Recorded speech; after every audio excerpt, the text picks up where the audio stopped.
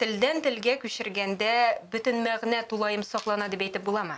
Теләсәң инде текстны тәрҗемә иткәндә, мәсәлән, галимнәр шулай әйткән бит әле, төгәл булмаса да ярый дигән, бу принципны алга куеп эшләргә кирәкми. Софт татар телендә генә аралашу бу мөмкин хәлме? Әллә инде ул ничектер ясалма булып тоелырмы? Бер генә телдә башка телләрнең сүзләреннән башка яши алмый. Бездә тәрҗемәчеләргә ихтыяҗ зур дип әйтеп буламы? Шигъри әсәрләрне нәкъ менә шигырь язучы кешеләр тәрҗемә итәргә тиеш.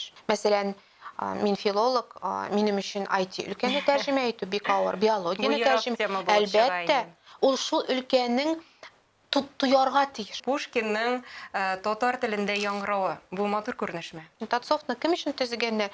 Яндекс тәрҗемә, Google тәрҗемә, ул кем өчен? Әлбәттә безнең өчен. Әмма бүтән кеше бик яхшы аңлагандыр инде хәзер. Алар артыннан корректировка кертергә кирәк, төзәтергә кирәк.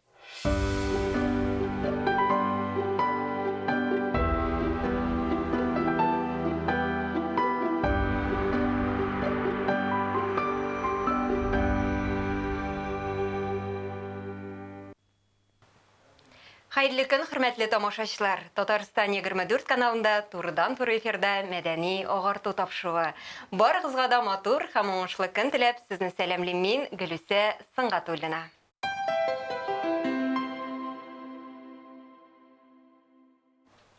Иртәгә 30 сентябрь халыкара тәрҗемәчеләр көне. Шул уңайдан бүгенге тапшыруыбызда тәрҗемә эшенең нечкәлекләре хакында сөйләшербез. Кунагыбыз филология фәннәре кандидаты, доцент Мөхтәсимова Гөлназ Ринат кызы. Хәерле көн, исәнмесез Гөлназ Ринатовна, хуш килдегез. Хәерле көн, Гөлүсә, хәерле көн, кадерле тамашачылар. Рәхмәт чакыруыгыз өчен. Сезне күрергә без бик шатбыз, үзегезгә рәхмәт килгәнегез өчен. Рәхмәт. Хөрмәтле телевизор караучылар, сез дә безнең әңгәмәбезгә кушыла аласыз. Тапшыруыбызның кунагына сорауларыгыз булса, безгә шалтыратыгыз. Студиябыз телефоны 511-99-66 һәм төбәкләр өчен түләүсез номер 8-532-55. Гөлназ Ринатовна, әңгәмәбезгә күчкәнче башта сюжет белешмә карап үтәргә тәкъдим итәм. Ул инде сезнең хакта һәм якынлашып килүче бәйрәм турында булыр. Бергәләп карыйк әле. Игътибар экранга. Ел сайын, ягъни 30 сентябрьдә тәрҗемәчеләр һөнәри бәйрәмнәрен билгеләп үтә. Бу көнне Библияны тәрҗемә иткән изге жыран вафат була. Шуннан бирле ул тәрҗемәчеләрнең саклаучысы дип санала башлый. Бәйрәм Халыкара тәрҗемәчеләр федерациясе тарафыннан теләктәшлек таба. 1991 елдан алып рәсми чара буларак үткәрелә. Студиябезнең бүгенге кунагы Гөлназ Ринат кызы Мөхтәсимова, КФУ доценты, Габдулла Тукай исемендәге Милли мәдәният һәм мәгариф югары мәктәбе укытучысы. Гөлназ Ринатовна инде дистә еллар дәвамында студентларга татар теле нигезләрен өйрәтә. Тәрҗемә теленең үзенчәлекләрен төшендерә. Телнең чисталыгы, камиллеге, ахаңы да тәрҗемәче хезмәтеннән, белеменнән, мәдәниятен дөрес аңлавыннан тора. Аларның иҗат җимешләре ярдәме белән без дә үсәбез, зиһенебезне арттырабыз, камилләшәбез. Бәйрәмегез белән, кадерле тәрҗемәчеләр. Менә тәрҗемә иткәндә беренче чиратта нәрсәләргә игътибар итәргә кирәк икән. Әйтик, мәсәлән, телдән телгә күчергәндә бүтән мәгънә тулаем саклана дип әйтеп буламы? Кызык сорау. Рәхмәт сорауыгыз өчен. Әлбәттә, бүтән мәгънә сакланып кала алмый. Моны галимнәр дә әйткән, гомумән галимнәр бу турыда бәхәсләшкәннәр. Бәхәсләшкәннәр, төрле фикерләр булган. Әмма шуннан да инде бүтән бәхәсләрдән соң килгәннәр алар бер фикергә, шуннан да төгәл мәгънә сакланып кала алмый. Әмма тәрҗемәнең иштәлеге дип әйтик инде, бүтән тәрҗемә дигән сүзнең бүтән мәгънәсе ул нәкъ менә шушы иштәлекне саклау дигәнне аңлатса да, әмма бүтән тәрҗемә вакытында да без бүтән текстның, чыганак җөмләнең төгәл мәгънәсен бирә алмыйбыз, кызганычка каршы. Әмма бу безнең аралашуыбызны тәрҗемә бит инде ул аралашу, шулай бит, аралашуның бер чарасы. Ул тәрҗемә, әмма менә бу төгәл тәрҗемәне бирә алмасак та, безнең аралашу барлыкка килә, аралашу була. Biz инде коммуникация дип әйтәбез, шулай бит, рус сүзе, инглиз сүзе дип әйтгәндә ми кулланабыз. Әмма менә бу аралашу ул барлыкка килә, тәрҗемә төгәл булмаса да. Әмма тагын бер кызык үзенчәлек юк бар дип әйтик инде. Теләсәң инде текстны тәрҗемә иткәндә, мәсәлән, эй, галимнәр шулай әйткән бит әле, төгәл булмаса да ярый дигән бу принципны алга куеп эшләргә кирәкми. Әлбәттә, тәрҗемәне төгәл итәргә тырышырга кирәк. Мөмкин кадәренчә шулай бит. Нәкъ шулай, әйе.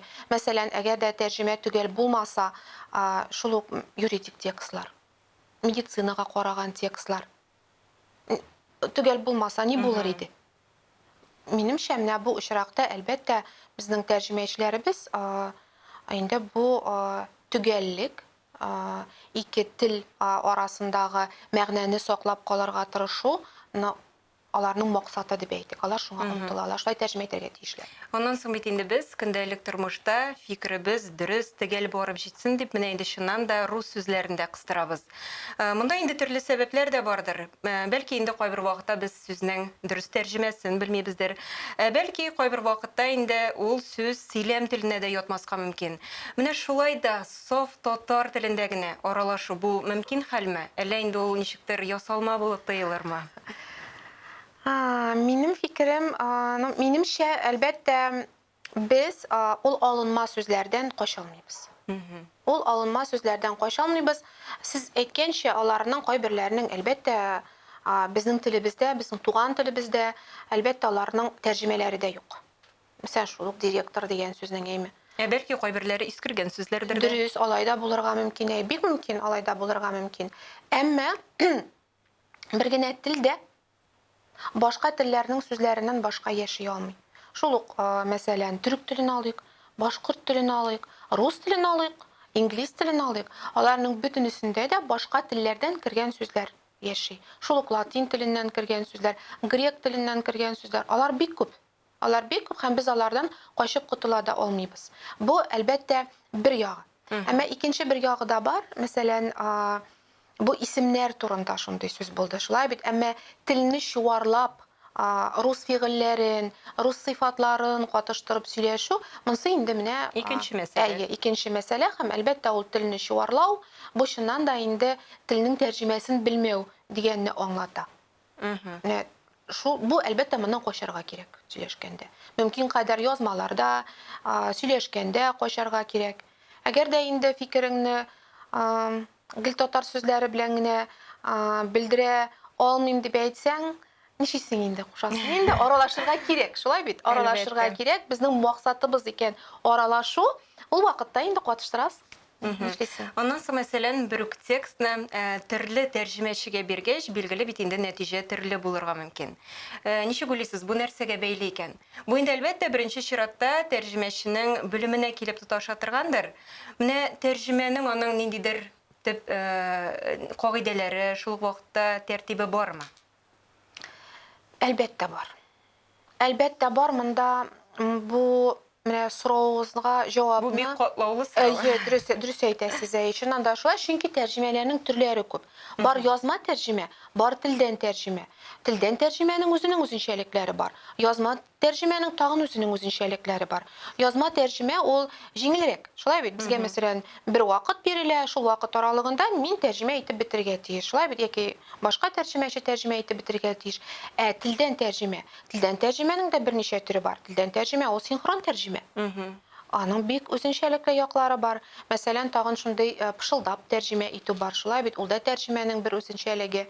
Аның шулай ук тагын үзенчәлекләре бар. Инде башкаларын санап тормыйм. Менә бу тәрҗемәләрнең һәр берсенең үзенчәлеген истә тотып эшләргә кирәк. Язма тәрҗемә без җиңелрәк дип әйтәбез. Чыннан да шулай. Язма тәрҗемәне, чыннан да шулай дигәнем дә ул куштырнаклар эчендә.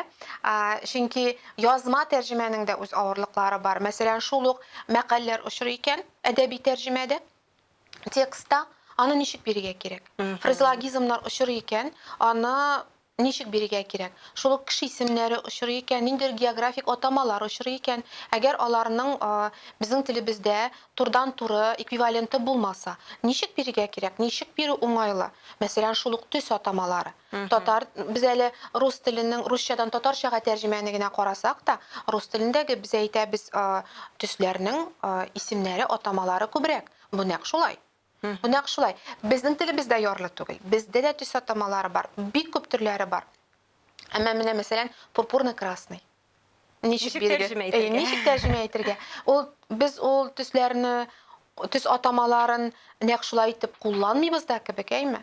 Һәм менә шундый вакытта инде әлбәттә үзенчәлекләр килеп чыга һәм кайсы гына тәрҗемәне эшләсә дә тәрҗемә иткән кеше шуннан да тәрҗемәнең техникасын белергә тиеш. Ике телне яхшы белергә тиеш. Бу телне яхшы белер дигән әйбер шулай ук Аның үзенчәлекләрен дөрес үзенчәлек, нәкъ менә шул үзенчәлекләрен, бу шул телне яхшы белү кеше төрлечә аңларга мөмкин. Мин сөйләшәм, мин аңлыйм, беләм. Димәк беләм, нәкъ шулай да булырга мөмкин. Әмма бу алай гына түгел. Аның морфологик төзелешен, аның сүз төзелешен, яңа сүзләр ясалуын һәр ике телнең белергә тиеш. Аннан соң синтаксик үзенчәлекләрен, татар теленекен, без әле ике телнекен генә чагыштырабыз, шулай бит. Аларның синтаксик төзелешләре аерыла, җөмләдәге сүзләр төзелеше бер-берсенә бәйләнеп килүе аерыла. Менә буларны да тәрҗемә итүче кеше бик яхшы белергә тиеш. Ул менә аларны ничек дип әйтәләр, сурна ишәргә тиеш шулай берләрне. Менә шундый үзенчәлекләр. Һәм шуңа күрә инде тәрҗемәләр дә әлбәттә төрле булырга мөмкин. Менә кайбер авырлыкларны санап биттегез бит инде. Әйтик, мәкаләләрне тәрҗемә итү бик үзенчәлекле авыр дип әйттегез. Һәм миңа калса, шул ук вакытта шигъри әсәрләр аерым бер игътибар таләп итә торганнардыр. Чөнки инде монда беренче чиратта мәгънәне дә дөрес бирергә кирәк, һәм инде шигырьнең рифмасы да дөрес бирелергә тиеш. Нәкъ шулай. Нәкъ шулай шигырьләр, менә язма тәрҗемә, бу язма тәрҗемәгә карый дип әйтегендәйме? Менә проза белән поэзияны чагыштырганда, шәчмә әсәрләр белән шулай шигъри әсәрләрне чагыштырганда, әлбәттә шигъри әсәрләр авыррак. Һәм инде галимнәрнең фикерләренә караганда, шигъри әсәрләрне нәкъ менә шигырь язучы кешеләр тәрҗемә итәргә тиеш. Чөнки алар гына үзе шигырь язып караган кеше генә ул рифмаларны тота ала дип әйтик, әйме? Мин мәсәлән, минем өчен бик авыр андый тәрҗемә ясау. Минем мен шигырь язып караганым юк дип әйтегендәйме? Нәкъ менә шигырь язган, рифманы тота ала торган кеше һәм әлбәттә татар теленә тәрҗемә иткәндә татар теле бик яхшы булырга тиеш. Искиткеч. Ул сүзнең байлыгын менә белмим инде ничек чагыштырга, ул аның белем дәрәҗәсен. Ул безнең татар теленең аңлатмалы сүзлегендәге минемчә бүтән сүзләрне белергә тиеш. Һәм безнең бүтән грамматикабызны белергә тиеш. Чөнки шигырьләрне тәрҗемә иткәндә инверсия күренеше һәрдаим. Шулай бит анда прозадагы шикелле, шәчмә әсәрләрдәге шикелле гадәти җөмлә төзелеше сакланмый. Анда сүзләрне без алыштырабыз, үзгәртәбез җөмлә төзелешенә. Менә бу үзенчәлекләрне әлбәттә белергә тиеш шигырьне тәрҗемә итә торган, шундый шигъри әсәрләрне тәрҗемә итә торган кешеләр. Әлбәттә. Менә гомумән алганда тәрҗемәчеләргә тагын нинди сыйфатлар хас булырга тиеш? Без инде әйтеп беттек, телне камил дәрәҗәдә белергә тиеш дип. Менә тагын нинди сыйфатлар хас булырга тиеш? Монда инде сабырлык та, түземлек тә керә торгандыр. Дөрес. Бу яктан Хәтернең яхшы булуы. Дөрес. Булар да мин килешәм сезнең белән бу сыйфатлары белән. Иң беренче әлбәттә бу белемле. Ике телне генә яхшы белү мин тагын бер әйберне өстәр идем. Тәрҗемәчеләрнең тәрҗемә ителә торган текст буенча белеме булырга тиеш. Бу нәрсә дигәнне аңлата. Мин хәзер әдәби тәрҗемә турында сөйләмим. Безнең юридик текстларны тәрҗемә итүчеләр, төрле техник текстларны, химиягә караган, биологиягә караган текстларны тәрҗемә итүчеләре бар. IT өлкәдә тәрҗемә итүчеләр бар.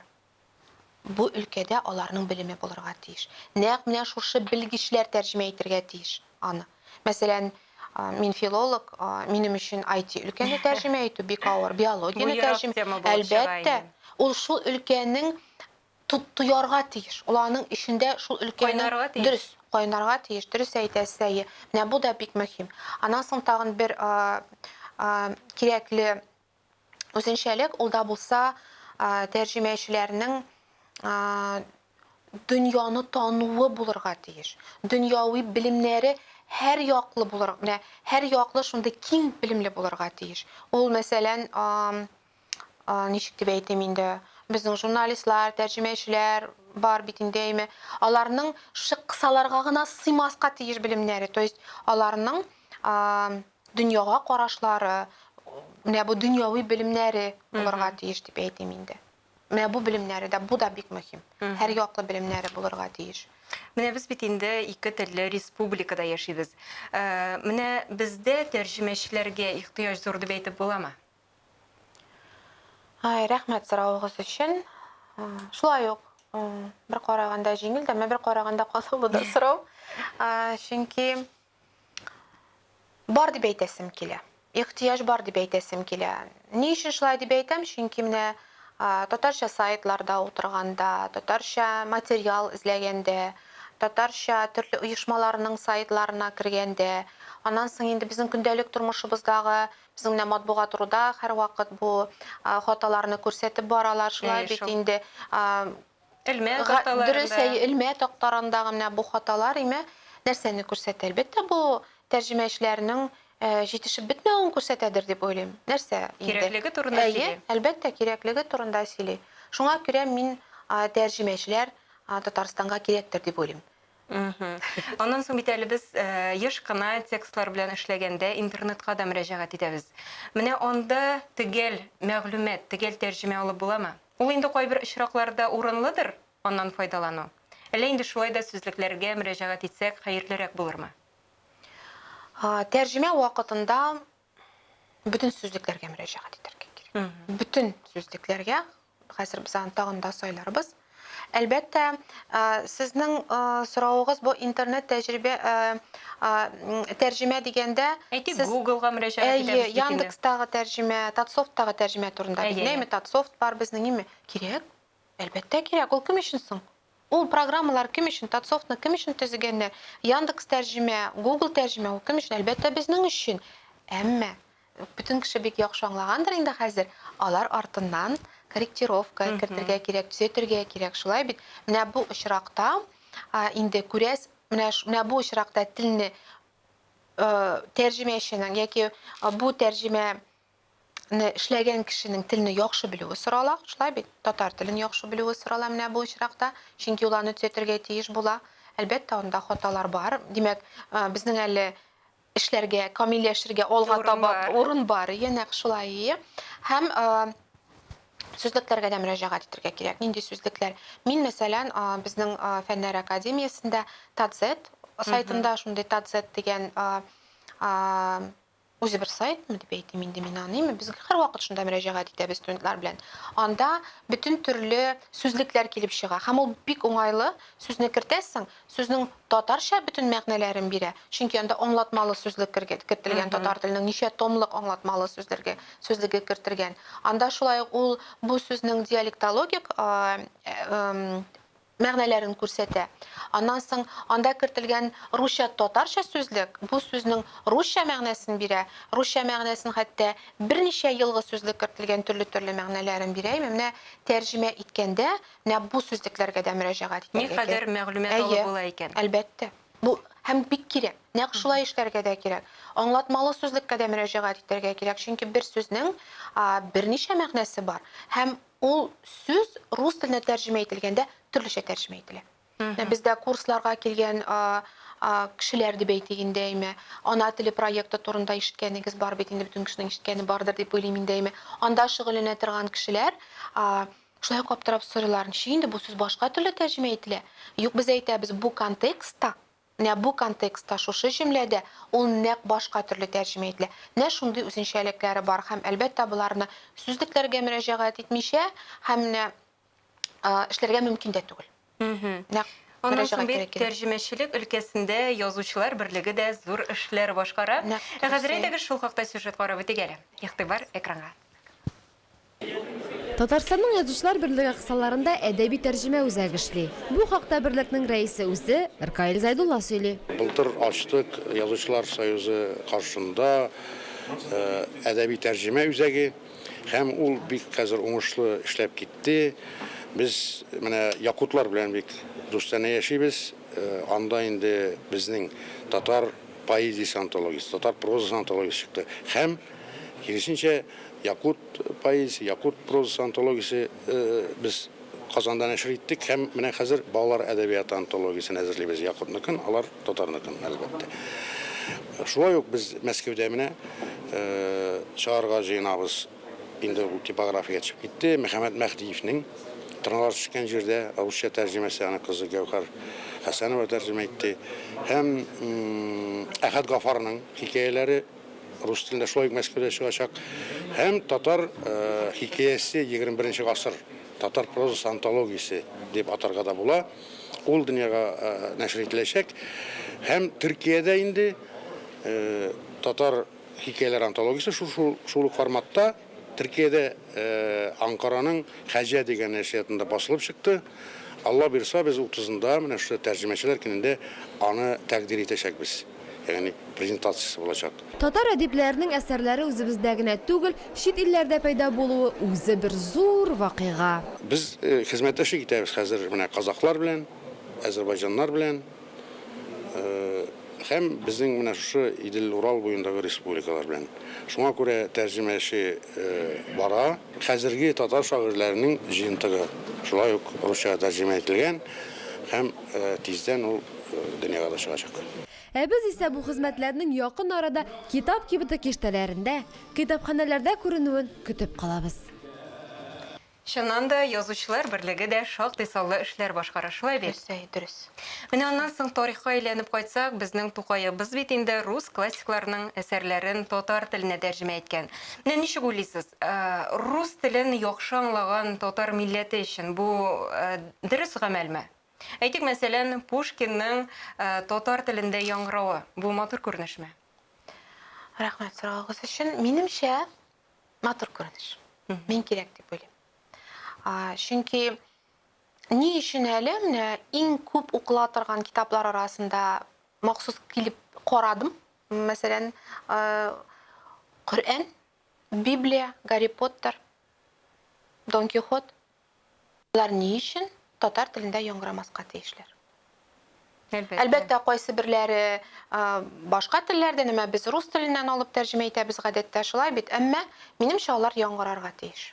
Минем туган телемдә, татар телендә яңгырау табарга тиеш бу әсәрләр. Шул ук Пушкин, шул ук Лермонтов, алар инде безнең тәрҗемә ителгәннәр, аларның тәрҗемәләре дә бар, матур тәрҗемәләр бар. Алар 50-нче, 60-нче, 70-нче елларда безнең чыннан да Татарстан язучылар союзында менә шундый тәрҗемәчеләр эшләгән, алар зур эшләр алып барганнар. Безнең улпат язучыларыбыз үзләре тәрҗемә иткәннәр әсәрләрне, һәм бу әсәрләрне хәзер китапханәләрдә табарга була. Biz аларны студентлар белән куарыбыз, өйрәнәбез, тикшерәбез, барлыйбыз, тәрҗемәләрне күзәтәбез, ничек тәрҗемә иткәннәр бу тәрҗемәчеләр. Минем фикерем уңай, кирәк дип уйлыйм. Гөлназ Ринатовна, ни кызганыч шуның белән инде тапшырубыз безнең ахырына да якынлашты. Сезгә матур эштәлекле әңгәмә өчен рәхмәтебезне белдерәбез һәм киләчәктә дә тапшырубызга көтеп калабыз. Сезнең белән сау булышабыз. Бик зур рәхмәт сезгә. Хөрмәтле телевизор караучылар, бүгенгә шулар иде. Ә без исә барлык тәрҗемәчеләрне якынлашып килүче бәйрәмнәре белән ихлас күңелдән котлыйбыз. Сезгә тел байлыгы, сабырлык, түземлек һәм эшегездә зурдан-зур уңышлар телибез. Сезнең белән Гөлүсә Сыңгатуллина булды. Сау булыгыз. Киләсе очрашуларга кадәр.